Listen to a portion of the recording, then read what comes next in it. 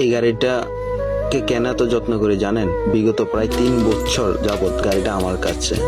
এটা ভাঙ্গা হোক কিংবা ভালো হোক, এটা আমার কাছে পৃথিবীর সবচেয়ে দামি গাড়ি। কারণ এটার মাধ্যমে আল্লাহ পাক রব্বুল আলামিন আমার রিজিক এবং আমার সংসারের সব দায়িত্ব এর ইনকাম দিয়ে।